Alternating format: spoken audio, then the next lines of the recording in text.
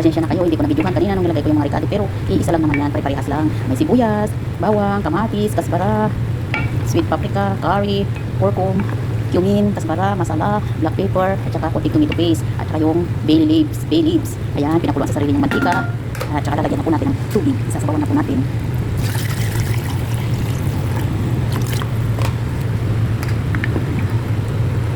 Paborito ito ng alaga ko na bunso. Hindi ko po na-videohan kanina nung nilagay ko yung mga ricado bago ko sinalang kasi nandito yung alaga ko na bunso. Alam niyo naman sila, hindi sila maano sa ganyang mga media, bawal sa kanila. Kaya tinatago-tago lang. Ganyan lang po, diskarte. Gagawa po tayo ng sauce ng ating chicken. Ganyan lang po. O, oil, lemon, at saka coloring, at saka kunting asin. At haluin. Kukunin natin yung brush. Nasaan na yung brush? Nawawala na yung brush natin. Hindi ko na alam kung saan na. Kasi mga kasama ko dito, kasi lang nakukuha na nila pag wawala na. Hindi nila balik sa alaga natin. Yan, ganyan lang. Lagay na ang bigas at ang dahon na pampasarap. Lagyan na natin ang sauce ang chicken.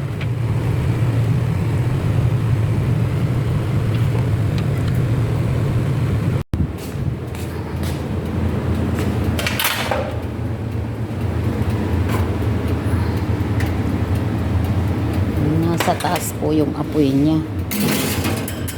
Hindi pa masyadong maapoy yung kasi may sira na itong oven na ito eh.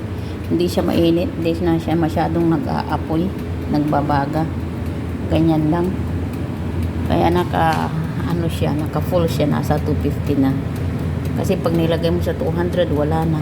May sira na ito, matagal na. Matagal ko nang sinasabi, ayaw bumili ng bago.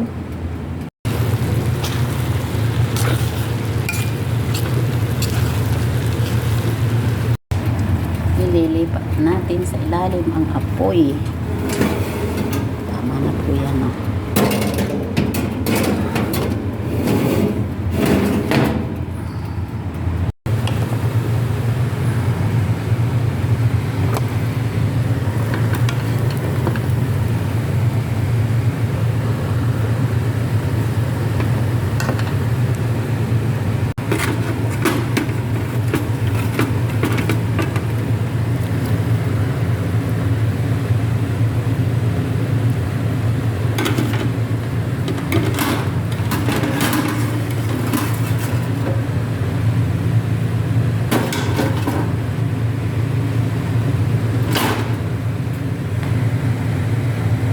Chicken masbush.